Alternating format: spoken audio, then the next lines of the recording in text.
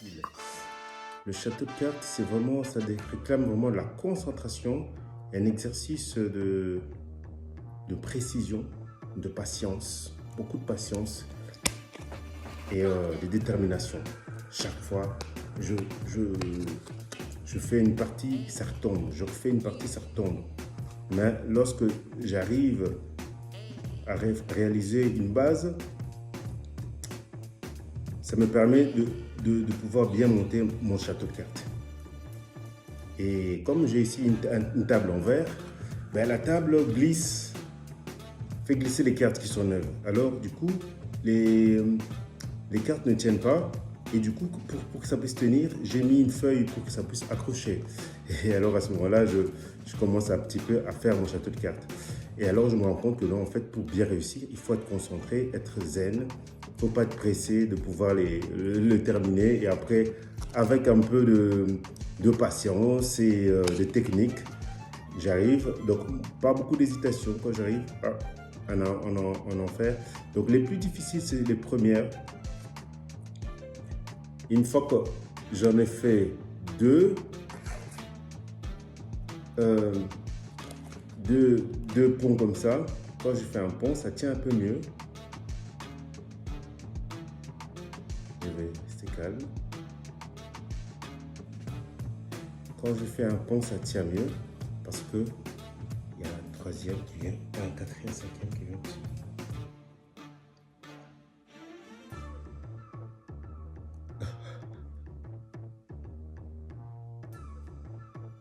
Il faut toujours se perfectionner.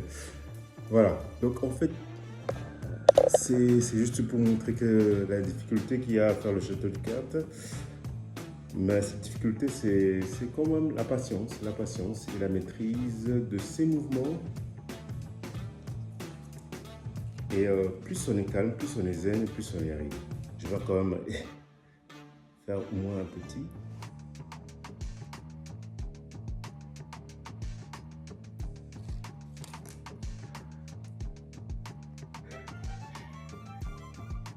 Patience, persévérance.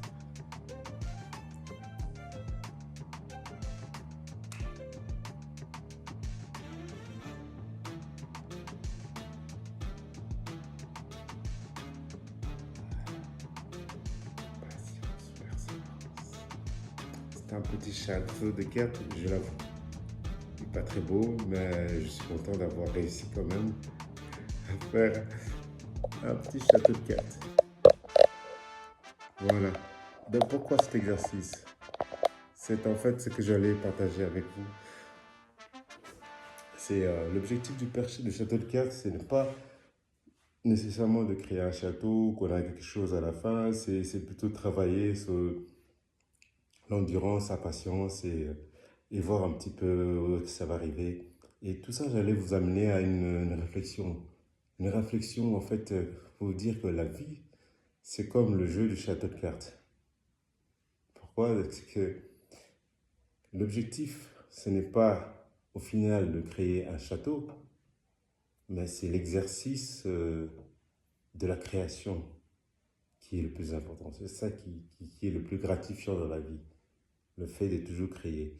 Et dans la vie, c'est comme ce château de cartes, maintes fois ça tombe et il faut recommencer, il faut retenter jusqu'à ce que tu arrives à un résultat. Et comme moi, vous avez vu, j'ai dû mettre la base, une bonne base, pour ne pas que ça glisse.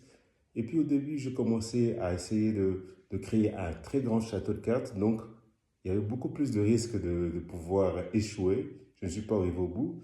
Et là, j'ai créé un petit château de cartes. Il a tenu dans le temps, ok. Mais après, je peux continuer à à grandir la base et continuer un petit peu à le monter aussi.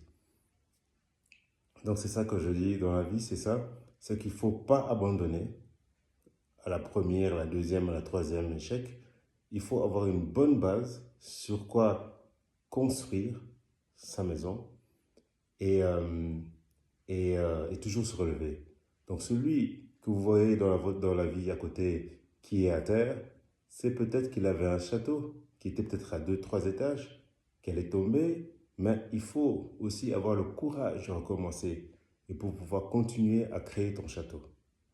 Maintenant, tout ça, je fais l'allusion maintenant avec la parole de Dieu et la vie d'un chrétien. C'est ça. Donc, il faut avoir la bonne base. C'est le Christ, c'est Dieu, la parole de Dieu. Donc, c'est que, faut pas penser que parce qu'on a la parole de Dieu, qu'on croit en Dieu, que automatiquement on va réussir à construire son chapeau de cartes du premier coup. Non. C'est l'exercice de notre vie sur Terre ici, c'est de s'exercer à la construction et à la patience pour la construction d'un château. Et effectivement, nous allons avoir des moments où le château il va tomber, nos cartes vont tomber et nous allons devoir recommencer sans arrêt. Et c'est l'exercice de la construction qui nous rend riches, qui nous grandit. Donc c'est la vie. Donc nous pouvons, dans l'expérience de la vie, perdre des êtres chers, perdre un foyer, la séparation par exemple, qu'on a tout misé dans un couple, on a eu des enfants et on avait tout planifié et puis bon, on retombe à zéro. Ça arrive souvent. Qu'on a eu un travail, on a planifié dans 5 ans, je vais faire ceci, je vais faire cela, on perd ce travail, il faut recommencer à zéro. Donc il faut avoir le courage à chaque fois de repartir à zéro. Donc ça veut dire qu'il ne faut pas s'attacher à ce que nous avons construit. Nous devons à chaque fois reconstruire et recommencer à zéro pour reconstruire et arriver à quelque chose. Ne pas toujours viser tout de suite des grands objectifs. Mais le plaisir de la vie, c'est ça. C'est cette construction constante et cette patience, cette affirmation que nous devons avoir dans chacun pour pouvoir construire. Se construire et se reconstruire. C'est ça, justement. Donc, je donnerai, par exemple, l'exemple d'un enfant qu'on aura déjà mis devant un château de cartes construit, mais il n'en aurait pas nécessairement le plaisir, il va trouver que c'est beau. Et le premier mouvement qu'il va faire, il va le faire tomber pour apprendre lui-même à le construire. Donc c'est vrai que même la Bible dit, il est difficile pour un homme riche d'entrer dans le royaume des cieux. C'est que l'homme riche ici est représenté pour celui qui a déjà son château. Il ne faut pas y penser que parce qu'on croit en Dieu qu'on a des châteaux qui sont collés. Non. Dieu, justement, il nous met ici, sur terre, comme des êtres de lumière dans les ténèbres, pour que nous apprenions à éclairer les ténèbres. Donc, c'est-à-dire à mettre, comment dire, à fortifier notre lumière, que nous sommes des êtres de lumière, à mettre de la braise dans notre feu de lumière pour que cette lumière soit grande, pour qu'elle illumine pas simplement devant nous, qu'elle n'illumine pas simplement notre maison, mais le quartier, la ville et pourquoi pas le monde. Voilà. Donc, c'est ça que je voulais partager avec vous. Soyez toujours forts, n'abandonnez jamais et continuez. Et on ne s'arrêtera pas là. Il faut continuer à mettre encore des étapes. Quand on a fait un petit château de cartes, après, on a le temps, on ne va pas s'arrêter là, on va continuer. On va mettre notre étape sur le côté et agrandir ce château pour dire que pourquoi pas, si Dieu le veut, ça va être un très grand château. Et je sais que ça le sera. Avec la patience. C'est ça notre but. Et avoir une bonne base. La base, elle est faite. Il faut maintenant. À la prochaine, mes amis.